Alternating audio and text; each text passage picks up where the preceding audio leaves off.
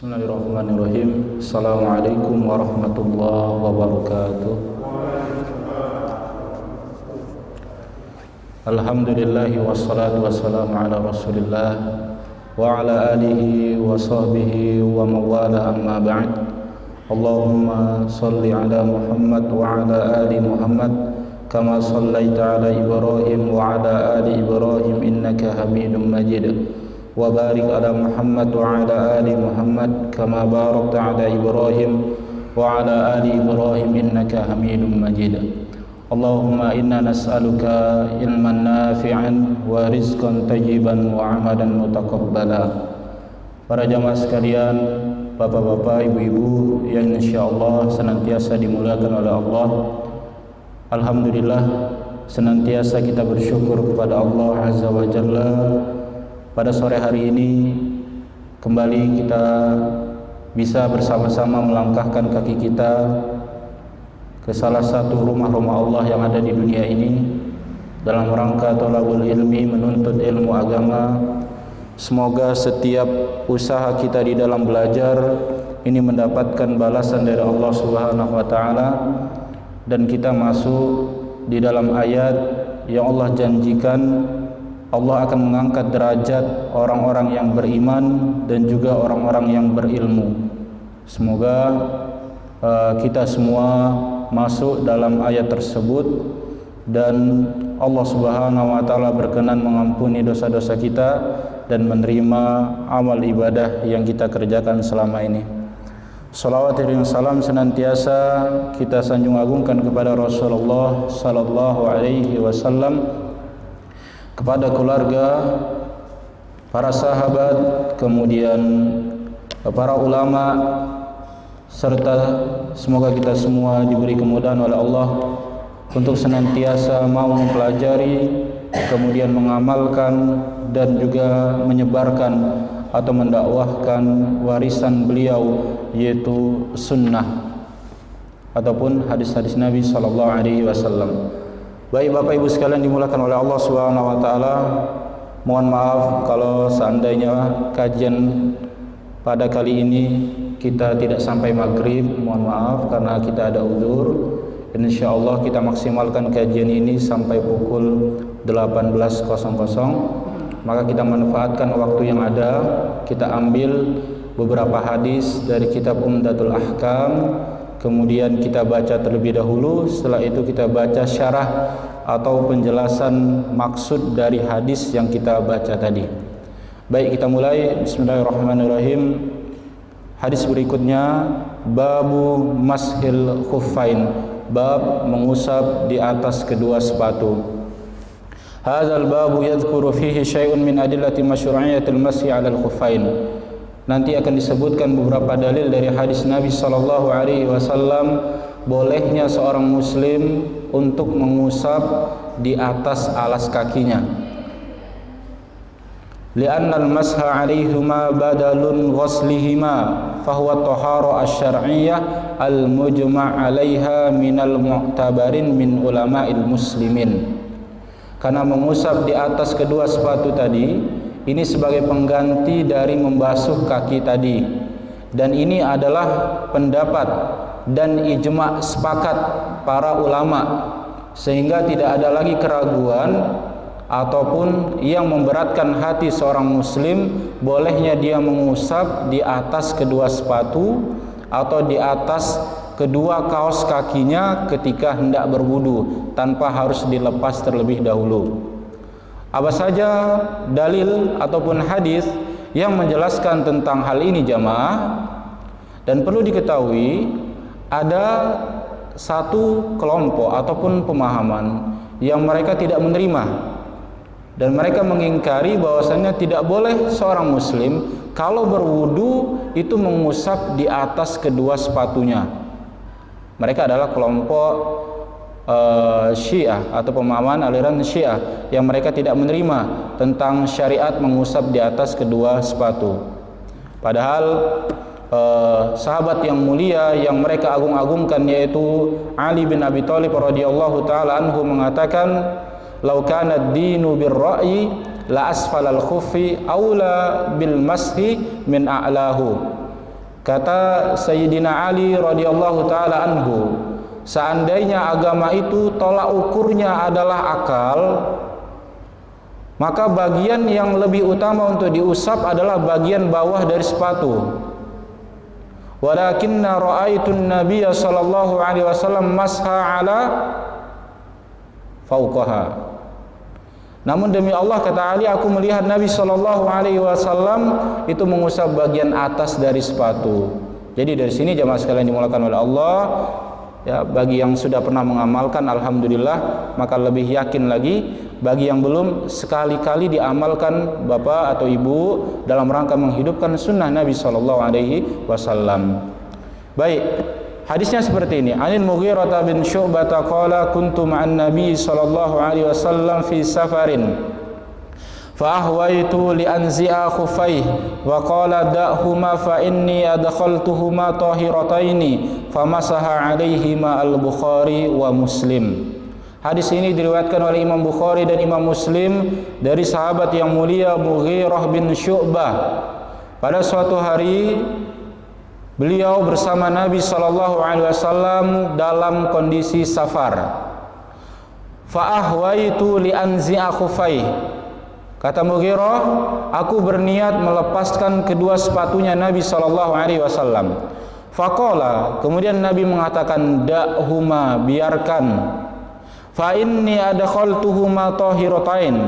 Kata Nabi, sesungguhnya aku memakainya dalam keadaan suci. Famasaha alaihima.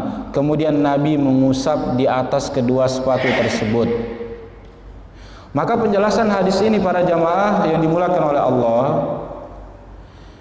yang pertama, bahwasannya Nabi SAW membolehkan umat ini ketika mengambil wudu dan dia telah memakai alas kaki, baik sepatu maupun kaos kaki dan yang semisalnya, boleh bagi dia tidak perlu melepas alas kaki tersebut, yang mana seharusnya dia membasuh kedua kakinya, namun cukup dia usap bagian dari atas sepatu tadi atau kaos kaki tadi, sebagaimana yang dicontohkan oleh Nabi Shallallahu Alaihi Wasallam. Ini yang pertama.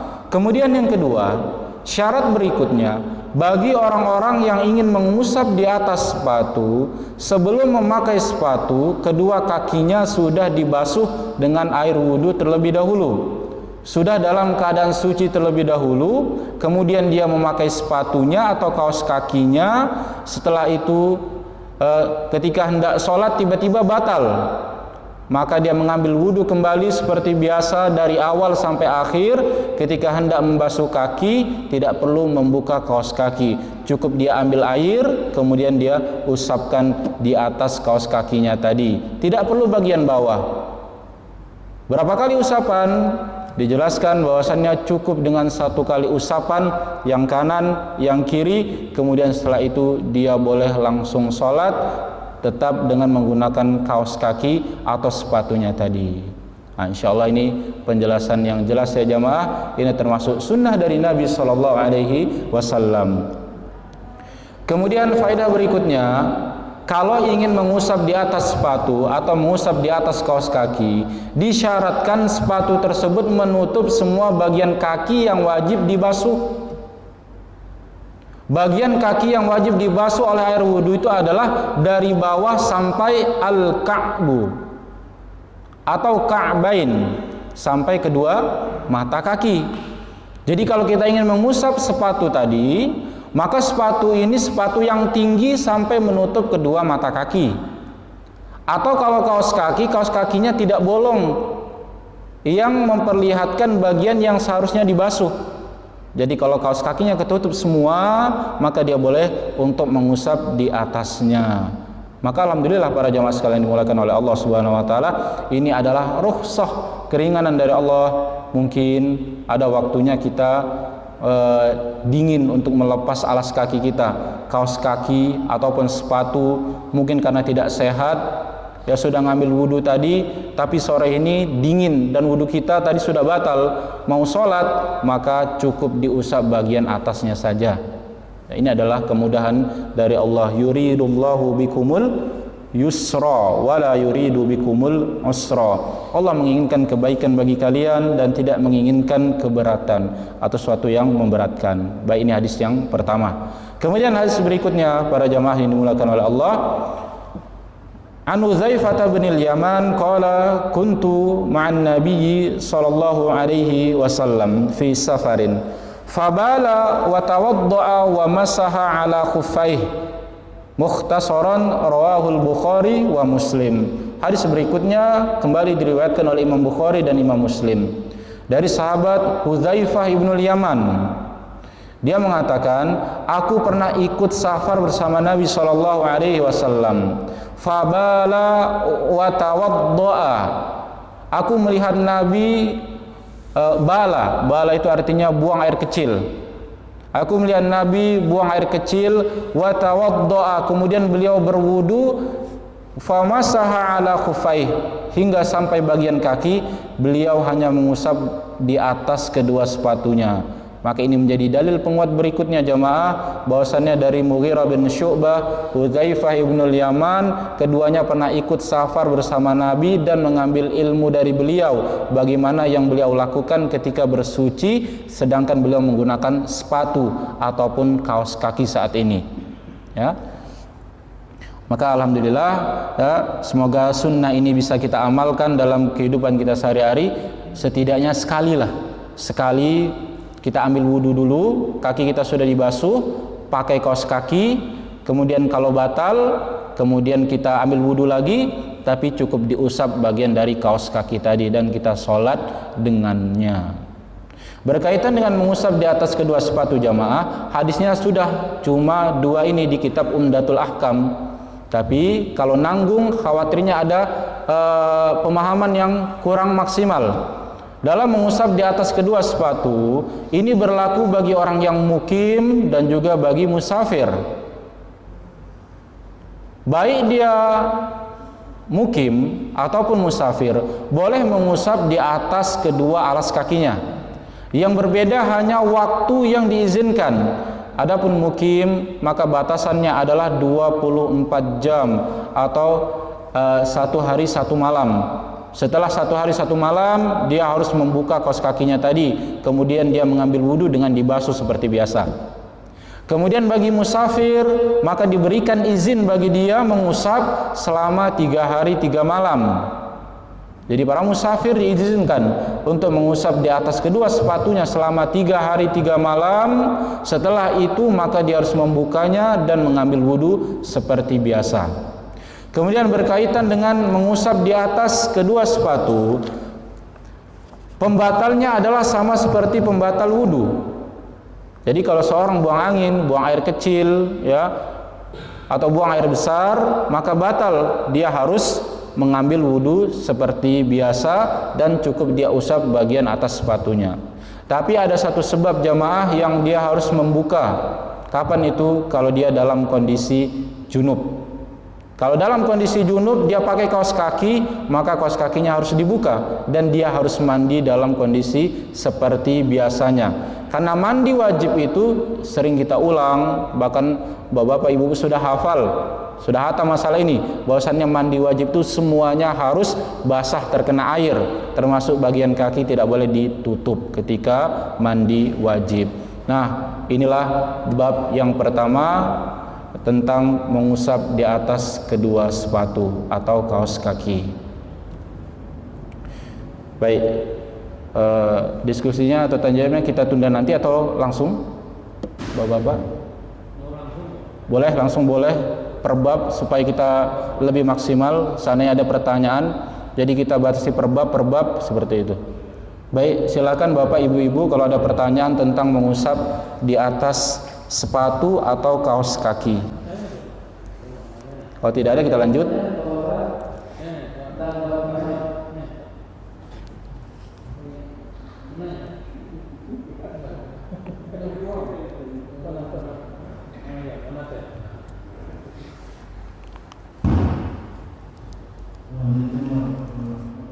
Waalaikumsalam warahmatullahi wabarakatuh. Di sini kelihatannya kesucian sepatu. Baik. Benar Pak. yaitu tidak disebutkan. Mohon penjelasannya. Baik, benar. Dulu disebut dengan khuf. Khuf itu sepatu yang berbahan dari kulit. Dan kulit ini jamaah, kalau dia berbahan dari kulit dari hewan-hewan yang itu hewan-hewan yang tidak najis, maka ini diperbolehkan. Maka kalau sepatu itu berbahan dari kulit yang najis, maka tidak boleh dipakai di dalam sholat. Karena secara umum kita diperintahkan untuk menyucikan pakaian, menyucikan tempat, dan menyucikan badan kita dari najis ketika hendak sholat. Ya. Suci di sini jamaah, tidak semua yang kotor itu najis. Tidak semua yang kotor itu najis, ya. Terkadang ada sepatu ataupun kaos kaki yang terkena tanah. Tanah itu kan asalnya suci jamaah, tidak najis. Sampai diketahui tanah itu terdapat najis, baru kaos kaki ini dihukumi najis. Maka kalau ada najis, maka ini tidak boleh dibawa dalam sholat. Tentu kita pernah dengar dalam sebuah riwayat ketika Nabi sholat diberitahu oleh malaikat Jibril, ya kan, diberitahu bahwasannya salah satu atau di alas kaki beliau itu terdapat najis.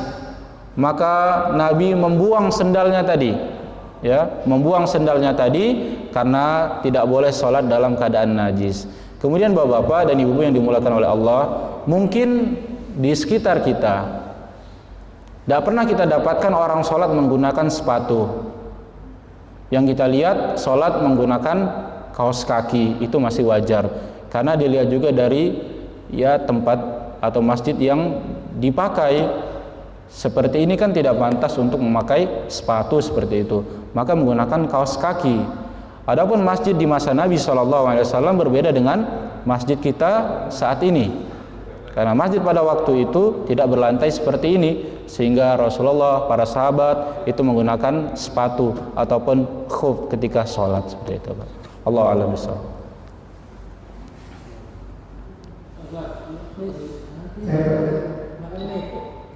Baik, silakan Pak. Waalaikumsalam warahmatullahi wabarakatuh. Ini menyambung pertanyaan Pak tadi bahwa sepertinya itu mau kaki itu kan kayaknya sulit kondisi seperti itu. Terus seandainya kita berduduk secara normal saja bisa, artinya mungkin. Baik. Mana yang lebih afdal? Baik. Kita mengusapnya atau berduduk secara normal? Baik. Baik. Baik, mengusap di atas sepatu ini masuk dalam bab rukhsah Pak, mengambil keringanan.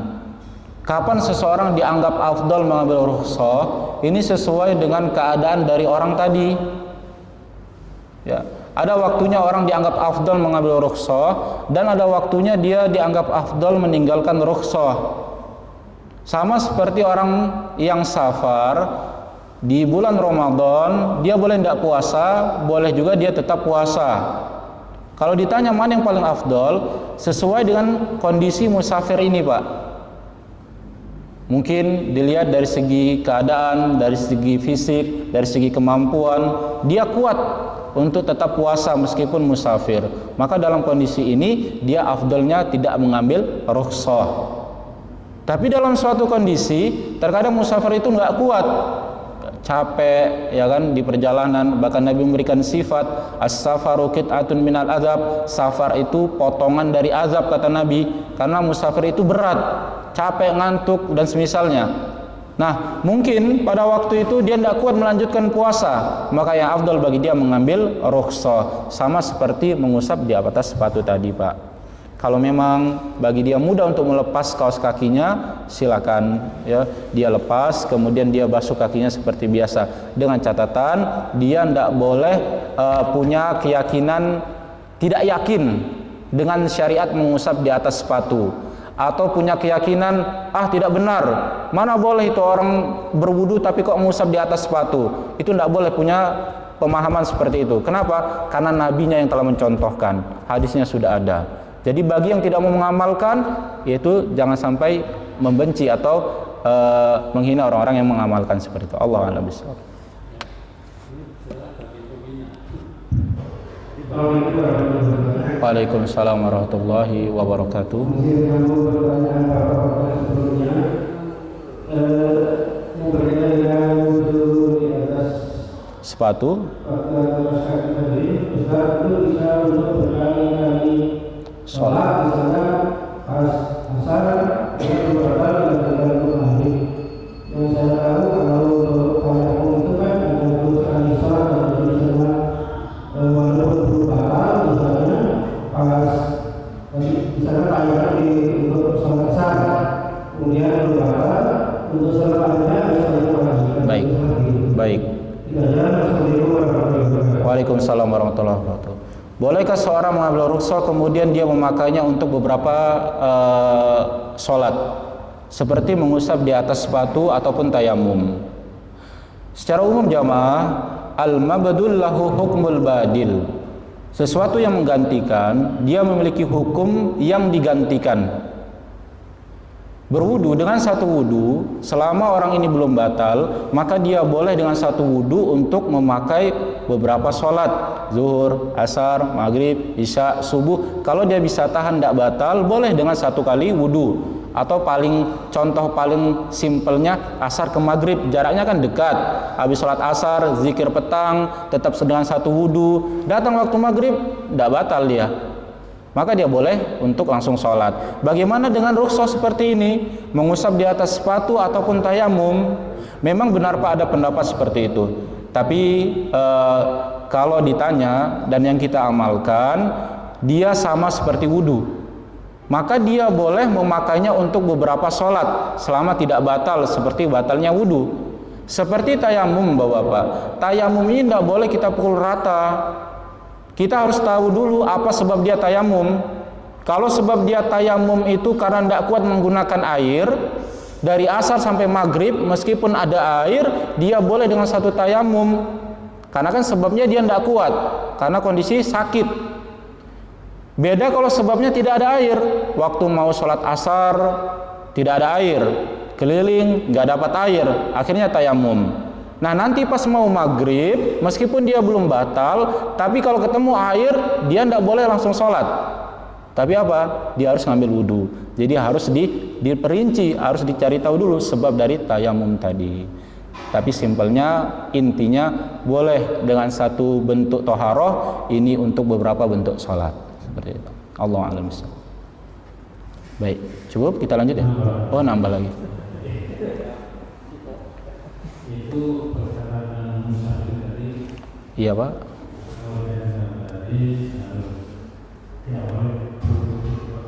Iya Pak, benar. Bagaimana kalau itu dengan air kaki bisa? Dengan apa Pak? Kalau bisa, kalau tangan mungkin begitu Menyentuh kaki? kaki itu enggak Sakit kaki gitu. Baik. Baik.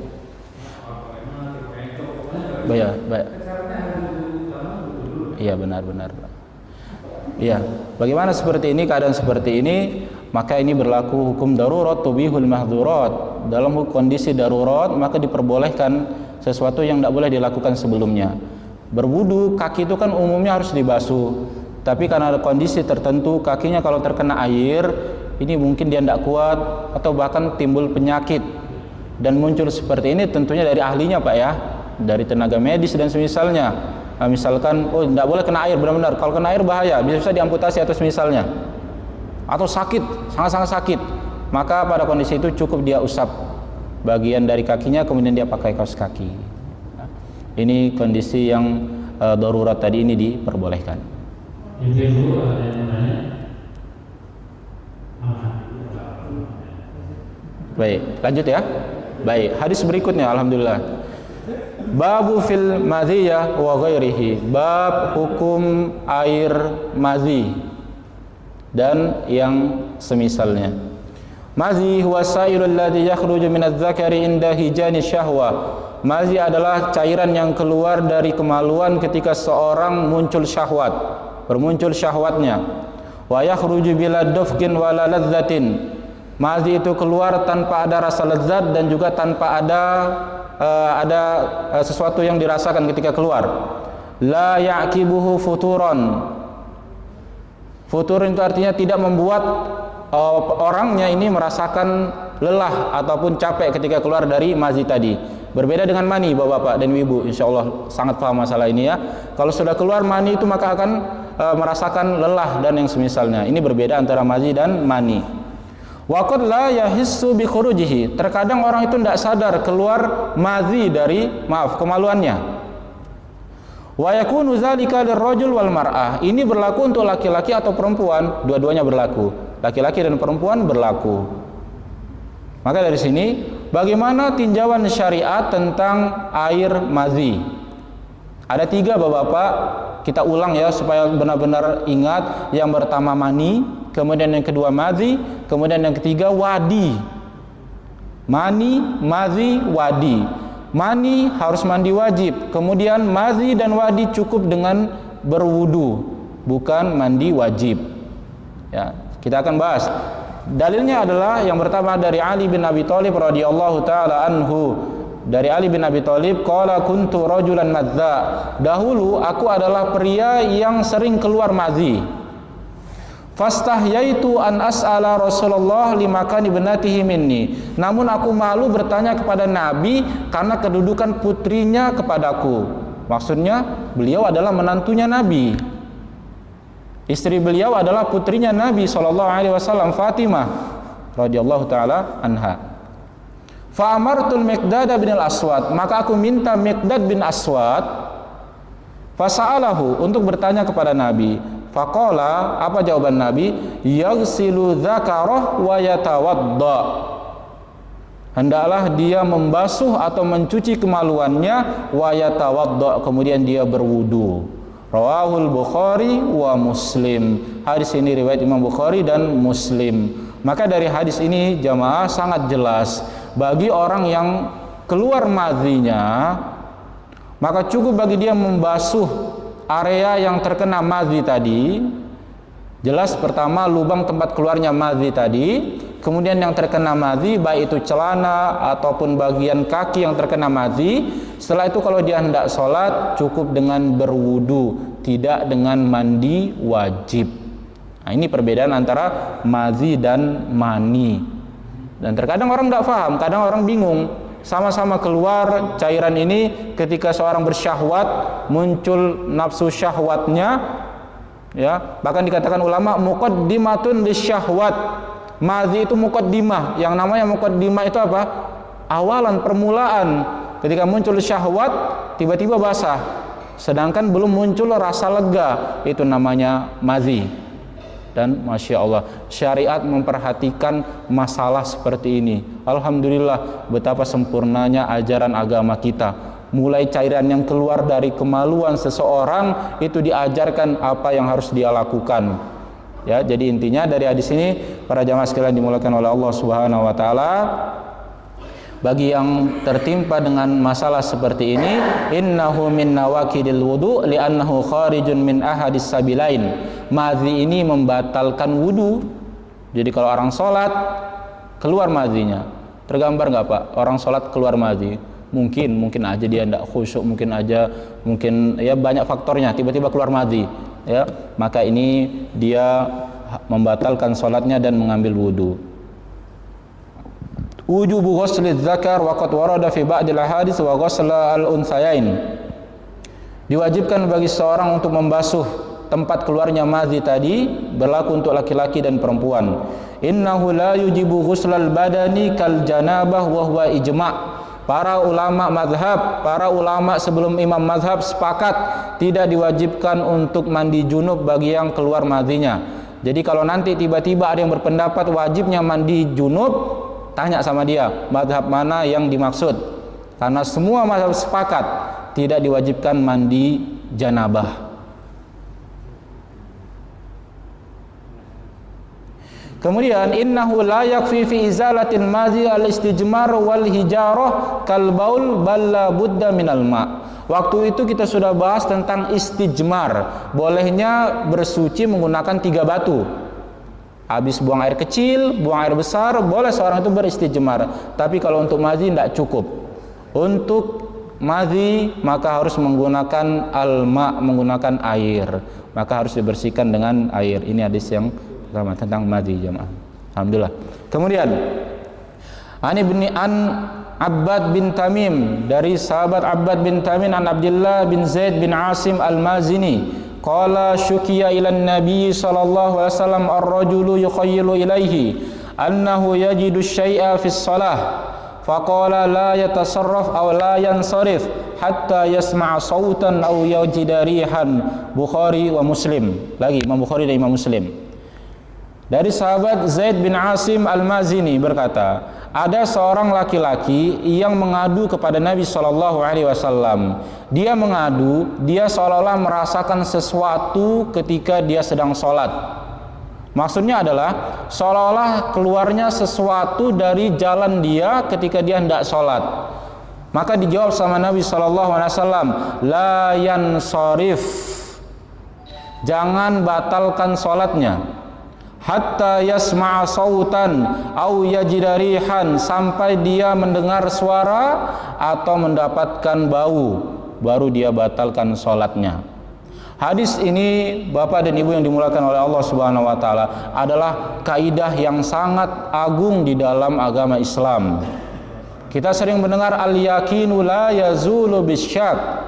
Sesuatu yang yakin tidak bisa goyah dengan keraguan-raguan. Maka sesuatu yang sudah dilakukan dengan pasti, kemudian kalau muncul prasangka atau keraguan, maka tidak bisa mengubah status sesuatu yang yakin tadi. Sehingga kata para ulama, kalau ada seseorang sudah yakin ngambil wudu, kemudian muncul prasangka, apakah dia masih ada wudu atau batal? Secara umum orang ini masih dalam kondisi suci dan boleh langsung sholat. Dan ini sekarang terjadi sama kita. Ya, misalkan nih habis asar ngambil wudu, kemudian ikut kajian seperti ini, dengerin kajian, ya menyimak kajian, datang waktu maghrib, kemudian berpikir, tadi sudah batal atau belum ya? Tapi saya yakinnya tadi anggota wudu sudah dibasuh, sudah berwudu dari rumah, bahkan sudah mandi wajib. Maka yang harus dia lakukan, maka cukup bagi dia untuk terus lanjutkan sholatnya tanpa harus mengambil wudu kembali. Sekarang kita balik Bapak-bapak, kita balik.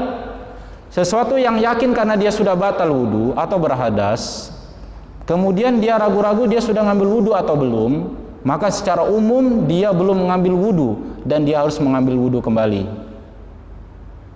Tadi sudah buang air kecil, buktinya tadi saya ngetok pintu toilet gantian karena ada orang di dalam. Kemudian tiba-tiba dia lupa sudah ngambil wudu atau belum, maka secara umum dia belum mengambil wudu, dia harus mengambil wudunya kembali. Nah, ini salah satu cara untuk menghilangkan was-was ketika beribadah kepada Allah Subhanahu wa taala. Dan kaidah ini kaidah yang sangat agung, di setiap bab dalam permasalahan ibadah ini masuk di dalamnya. Yakin memiliki hutang, kemudian dia ragu-ragu sudah bayar hutang atau belum, maka secara umum kalau tidak ada saksi, tidak ada bukti, maka pada asalnya dia belum bayar hutang. Kemudian dibalik, dengan yakin dia sudah bayar hutang, sudah ada bukti, sudah ada ceknya, tapi dia ragu-ragu apakah dia sudah membayarnya atau belum, maka secara umum, secara asalnya dia sudah mengambil hutang. Kemudian orang yang sholat, dia bingung sudah 2 rakaat atau 3 rakaat, tapi yakinnya dia tadi dulu tasyahud awal, dia ragu-ragu ini rakaat kedua atau rakaat ketiga, maka yakinnya dia sudah mengerjakan 2 rakaat tinggal ditambah 1 rakaat kalau itu sholat maghrib. Dan ini bisa kita amalkan dalam permasalahan-permasalahan yang lain. Al-yakinu la yazulu bisyak. Dari hadis ini jamaah, laki-laki ini mengadu sama Nabi ketika sholat, itu seolah-olah dia dapatkan di perutnya seperti suara, seperti bunyi, atau bahkan suara bunyi yang ada di ujung dari lubang tempat buang angin, tapi tidak keluar angin tadi, seolah-olah bergerak seperti itu. Ini kadang kita dapatkan ketika sholat. Maka kata Nabi, la yang sorib, jangan batalkan sholatnya sampai dia mendengar suara buang angin, au yajidarihan, atau dia mendapatkan bau dari buang angin tadi, baru dia batalkan sholatnya.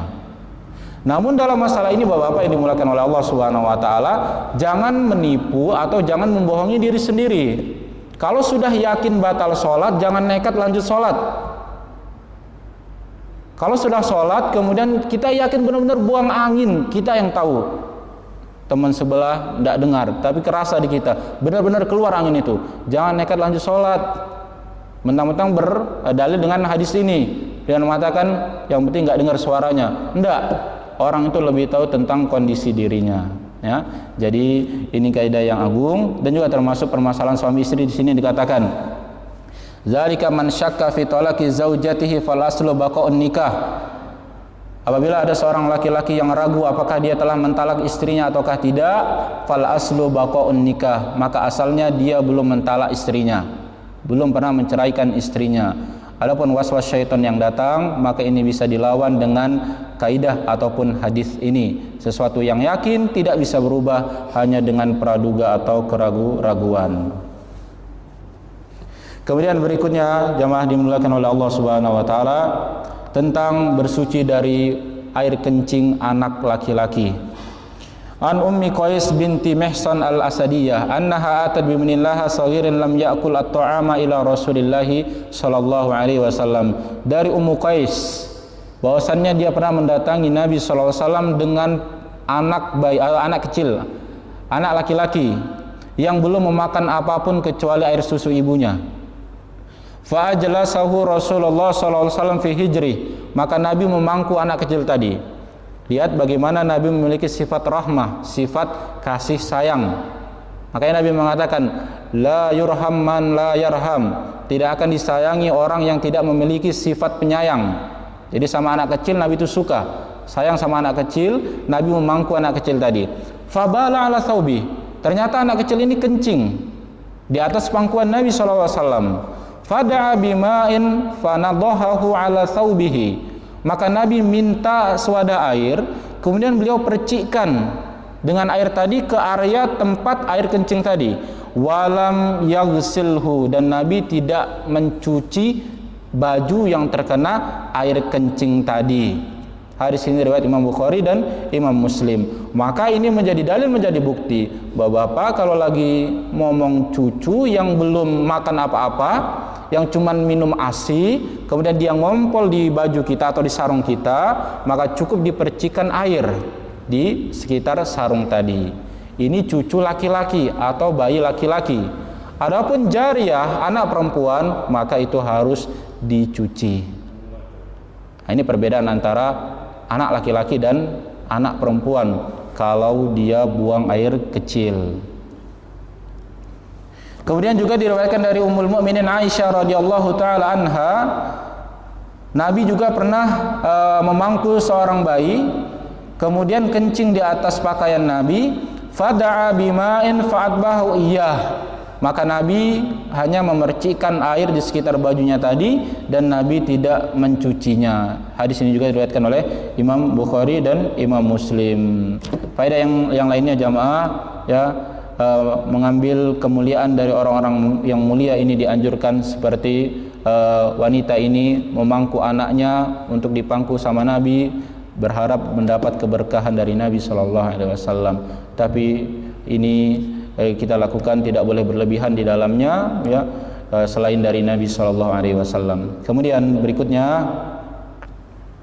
Ja'a Arabiyun, dari Anas bin Malik radhiyallahu anhu, ja'a Arabiyun ila fabala fi ta'ifatil masjid.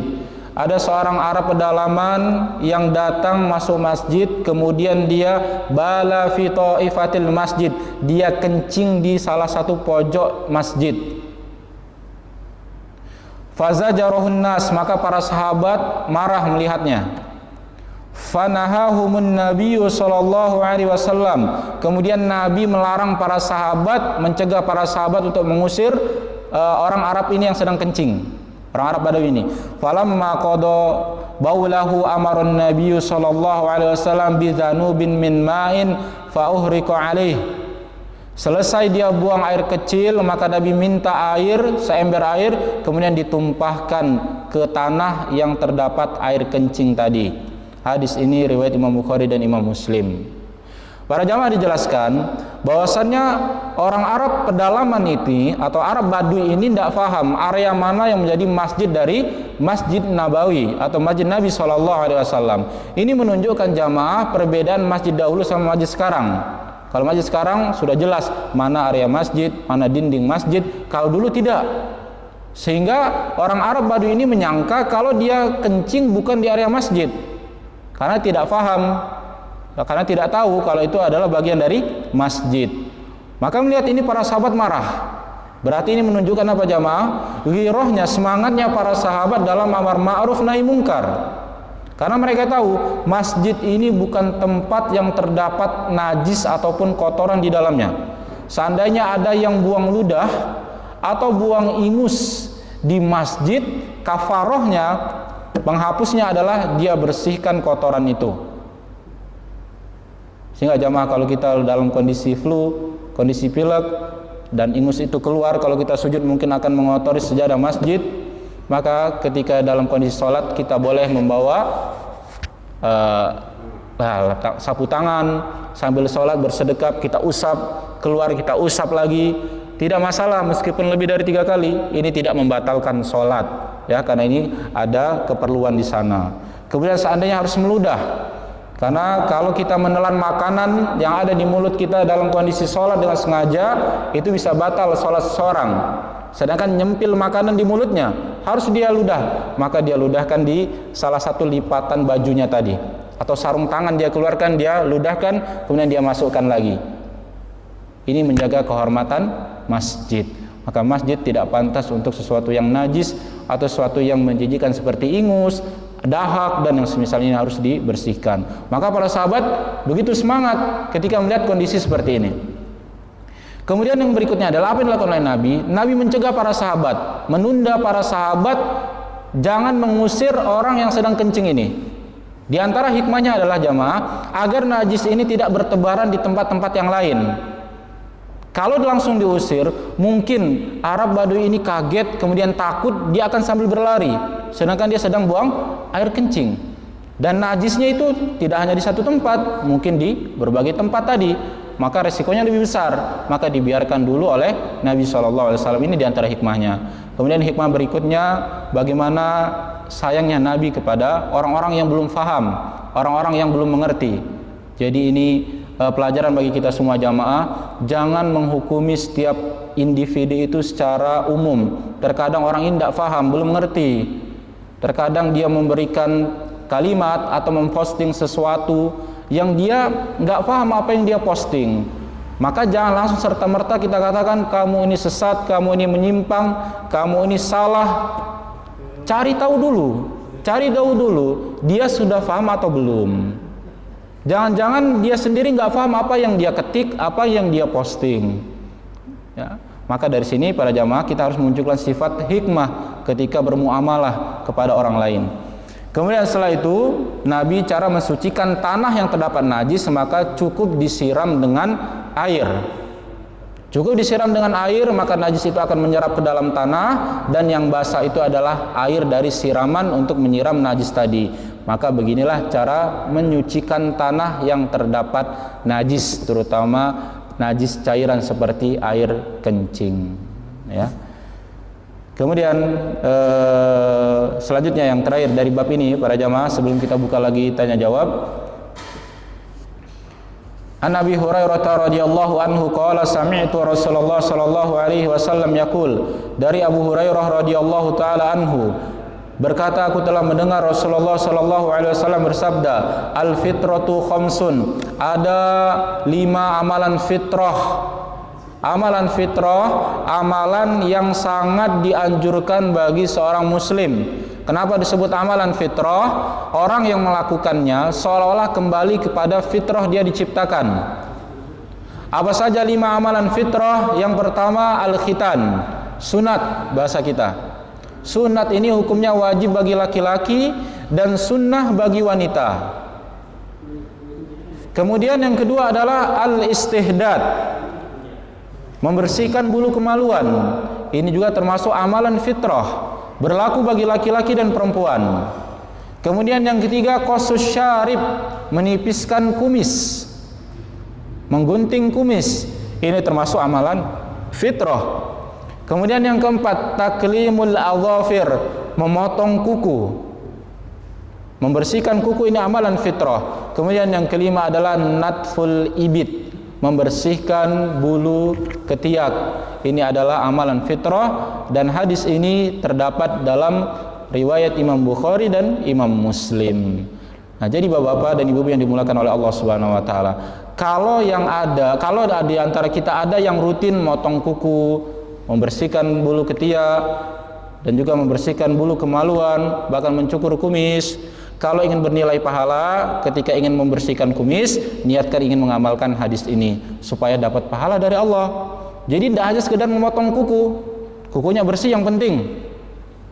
Tidak masalah, tidak dosa sebenarnya, tapi kan rugi kalau tidak dapat pahala. Hanya sekedar memotong kuku kanan dan kiri, kalau niatnya karena mengamalkan hadis, maka dia dianggap menghidupkan sunnah Nabi SAW dan mengamalkan sunnah, maka itu dapat pahala.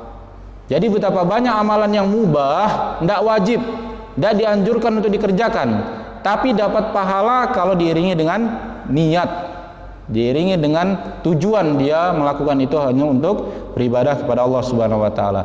Dan di riwayat yang lain dari Aisyah radhiyallahu taala anha ada 10 amalan fitrah. Selain 5 ini, tambahannya adalah al-istinsyak, menghirup air ke dalam hidung ketika wudu. Itu adalah amalan fitrah.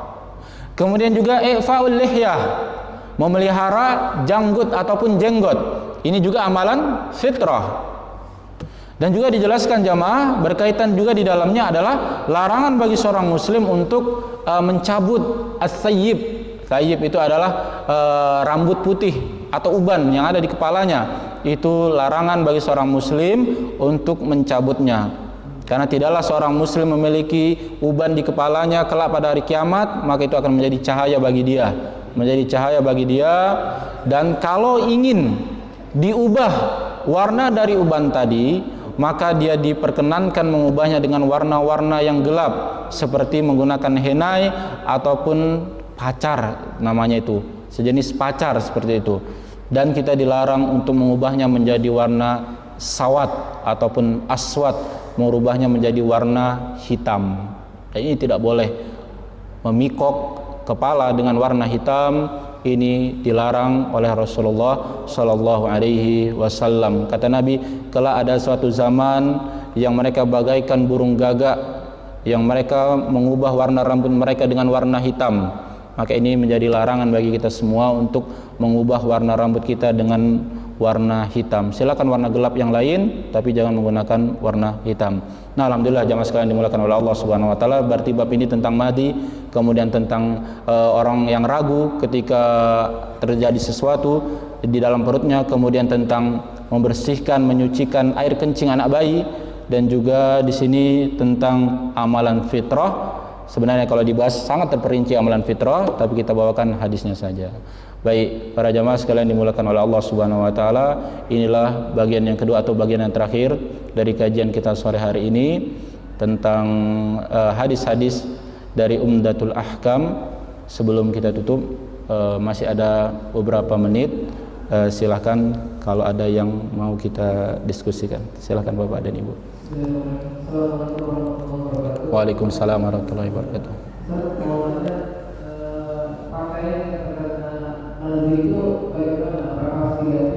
Baik.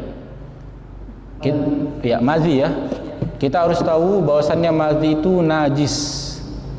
Berarti semua najis kalau terkena pakaian yang dipakai untuk sholat, dan bagian pakaian ini bagian yang menutup aurat, maka itu harus dibasuh atau diganti.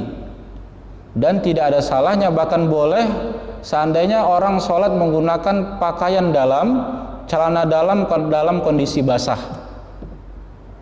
Seandainya dia keluar madhinya di celana dalamnya misalkan, kemudian harus dibersihkan madhi ini karena madhi adalah najis, akhirnya basah celana dalam tadi. Boleh tidak dia sholat menggunakan celana dalam yang basah? Boleh, karena basah ini bukan syarat sah, bukan juga syarat yang lain dalam mengerjakan sholat. Apalagi dia mau ganti, kemungkinan ketinggalan mungkin seperti itu, dan repot pulang dulu ke rumah. Jadi dia boleh sholat menggunakan pakaian yang basah. Jadi intinya semua najis yang terkena di pakaian kita, kalau mau sholat harus disucikan terlebih dahulu. Kemudian kalau dia sadar dalam kondisi sholat, ya dalam kondisi sholat terdapat najis, maka kalau bisa dia lepas tanpa membuka aurat dia, maka dia lakukan. Misalkan di peci ataupun di apa namanya yang dipakai Pak, sorban yang ada di ini, kemudian dia tahu, oh ternyata ada najis, kotoran cicak jatuh pas dia sholat, itu najis, maka bisa dia bersihkan atau dia lepaskan sorbannya, taruh di samping, kemudian dia sholat. Jadi jangan sholat membawa najis seperti itu. Allah a'lam bishawab. Masih ada lagi yang lain?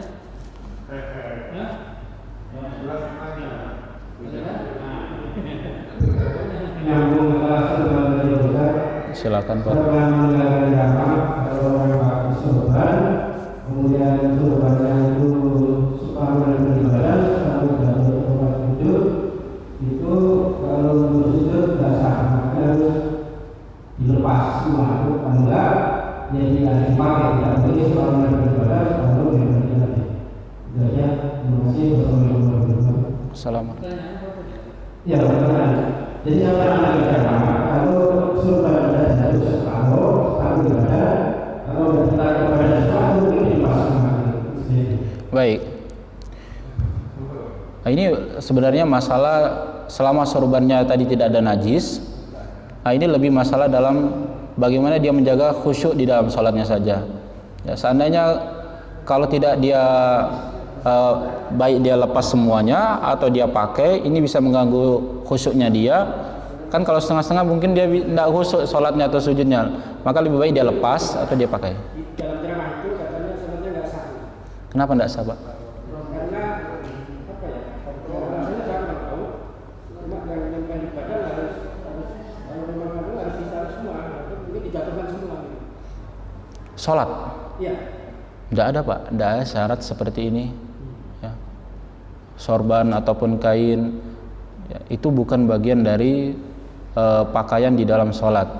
Itu ceramah di YouTube. Oh iya Pak. Jadi seperti sorban boleh, termasuk berhias di dalam sholat. Tidak pakai sorban juga boleh, tetap sah sholatnya. Tapi kalau seandainya jatuh sorbannya harus dipakai lagi atau sekali dilepas semua, dijatuhkan semua. Nah, keterangan seperti ini tidak tahu apa alasan dia mengatakan seperti itu. Gitu ya. Iya. Oh ya. Iya, enggak Pak, enggak ada ya, syarat. Iya. Kalau dia ada najisnya baru lepas semua, jatuhin semua.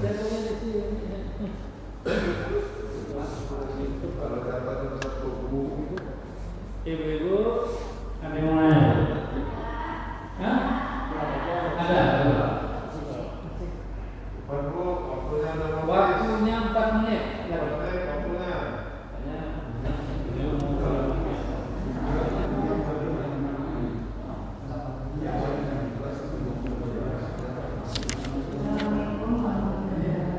Waalaikumsalam warahmatullahi wabarakatuh.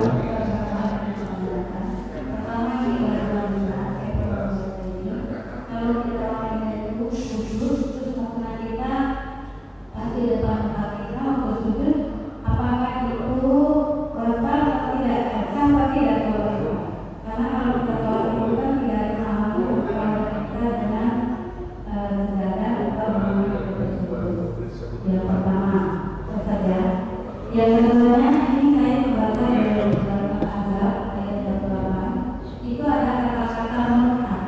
Ada apa Bu? Kata apa Bu? Kata-kata munah ini saya bacakan artinya ya Ustaz. Azab ayat 28. Wahai Nabi, katakan kepada istri-istrimu, jika kamu menginginkan kehidupan di dunia dan perhiasannya, maka kemarilah, akan kuberikan padamu makan, dan aku serahkan kamu dalam keadaan yang baik. Mengakhiri saya berapa saya berapa. Baik. Yang ketiga Ustaz. Kalian ya. Sedikit lagi Ustaz. Sedikit lagi Pak. Kemarin Ustaz pagi kemarin subuh mengatakan bahwa ruh itu masuk ke dalam jasad manusia di waktu usia 4 bulan. Yang saya tanyakan di dalam surat apa Ustaz? Tolong dijelaskan. Terima kasih. Assalamualaikum warahmatullahi wabarakatuh. Bu, tolong tetap pegang mic-nya Bu ya. Soalnya ada pertanyaan yang masih belum kurang jelas. Ya. Yang pertama itu tentang wanita yang sholat tapi menutupi wajah. Iya. Baik. Kalau waktu kita sujud. Menutup. Kita ini adalah jadi tertutup. Jadi waktu kita sujud, sujudnya itu mencium kalung kita. Gitu. Mencium apa Bu? Mau kena. Oh, mau kena kita. Iya, baik. Baik. Baik ya, sujud di atas mukena. Sujud di atas mukena ini sama seperti sujud di atas sajadah. Sujud di atas mukena sama seperti sujud di atas sajadah, kecuali dia menutup wajahnya dari awal sholat. Dan ini pun kalau dalam kondisi sekarang, dalam kondisi seperti ini, memang asalnya hukum menutup wajah, menutup mulut dalam kondisi sholat itu makruh. Ya, tidak disukai orang itu sholat menutup mulutnya. Baik menutupnya dengan kain seperti masker ataupun niqab, ataupun dia menutup mulutnya dengan rapat bibirnya, itu asalnya. Tapi karena kondisi seperti ini, dalam kondisi seperti ini, sesuatu yang makruh ini diperbolehkan. Ya, maka kita dapatkan ya ada yang sholat tetap menggunakan masker, ada yang sholat tidak memakai masker. Ya, karena dalam kondisi ini jangankan yang makruh, yang haram pun diperbolehkan kalau dalam kondisi darurat seperti itu. Nah, gambaran tadi ibu sholat di atas mukenah karena mukenahnya lebar seperti itu. Tahu-tahu sujud di atas mukenah tapi tidak di atas sejadah. Ini hukumnya tetap sah, sama tidak ada perbedaan antara sejadah dengan mukenah tadi. Jadi tetap boleh seperti itu. Iya. Yang harus diperhatikan adalah tumpuan ketika sujud, Bu. Tumpuannya itu berarti dari kening, hidung, ini harus bertumpu ketika sujud. Tidak harus menyentuh tanah langsung. Karena teralasi dengan sejadah, teralasi dengan mukena, kadang ada yang pakai pecinya nutupin jidatnya. Ya. Intinya dia harus bertumpu dengan kening dan juga hidungnya, Bu, ketika sujud. Nah, jadi tetap sah sholatnya. Kemudian yang kedua tentang apa, Bu? Lupa. Al-azab ya, mut'ah. Baik, tentang mut'ah ini salah satu dalam fikih firaq, pernikahan atau perpisahan perceraian. Ya, seorang suami dianjurkan memberikan berupa bantuan kepada istri yang dia ceraikan untuk keperluan istrinya dan juga keperluan anak yang dia miliki bersama istrinya sebelum dia bercerai. Ini disebut dengan mut'ah. Bukan nikah mut'ah yang kita pahami itu. Dalam bab pernikahan, jadi ini seperti ada bantuan dari laki-laki karena istrinya ini meminta untuk diceraikan atau jatuh talak, maka dia memberikan bantuan untuk kebutuhan mantan istrinya ini dan juga untuk anak-anaknya. Ini disebut dengan mut'ah. Itu secara ringkasnya, Bu, tentang mut'ah. Dan akan dibahas secara khusus itu dalam bab pernikahan nanti insyaallah. Kemudian yang ketiga tentang janin, ya Bu ya. Benar, ruh itu ditiupkan 4 bulan ke dalam janin yang ada di perut ibunya. Wa yu'maru bi arba'i kalimat. Ya, setelah Allah memerintahkan malaikat meniupkan ruh ke dalam janin ini, maka janin ini dicatat darinya 4 hal. Tentang ajalnya, rezekinya, kebahagiaan, kesengsaraan. Nah, maka ini dicatat di dalam bagi janin tadi ketika usianya 4 bulan. Dan kaitannya dengan yang kemarin itu kajian ke kultum ya, kultum kita kemarin, maka janin yang usianya 4 bulan atau lebih, kalau ayahnya meninggal atau ibunya, kalau ibunya meninggal janinnya meninggal ya. Kalau ayahnya meninggal, maka janin ini termasuk ahli waris. Bagian dari ahli waris karena sudah dianggap hadir, sudah hidup meskipun dia belum ada di dunia, maksudnya belum lahir di dunia. Seperti itu, Bu. Ya, Pak. Dalilnya? Nah, ini bukan dalam surat, ini dalam hadis arba'in, Bu. Naam, di dalam hadis arba'in. An-Nu'man bin Bishr kalau tidak salah. Itu hadis yang ke-7 atau hadis ke-8 dari arba'in. Nanti kalau salah silakan disimak. Yang pasti dari 1 sampai 5 bukan itu. 6, 7 ke atas sampai 10. Sebelum 10 Bu, nanti buka hadis Arba'in Nawawi. Baik Bu ya.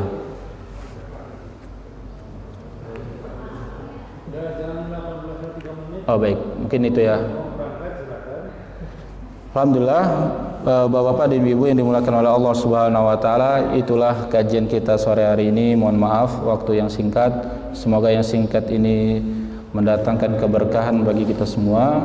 Semoga Allah menjaga Bapak dan Ibu sekalian, kesehatan, ibadahnya, keimanannya dijaga oleh Allah, terus istiqomah dan bisa mendapatkan husnul khatimah nanti.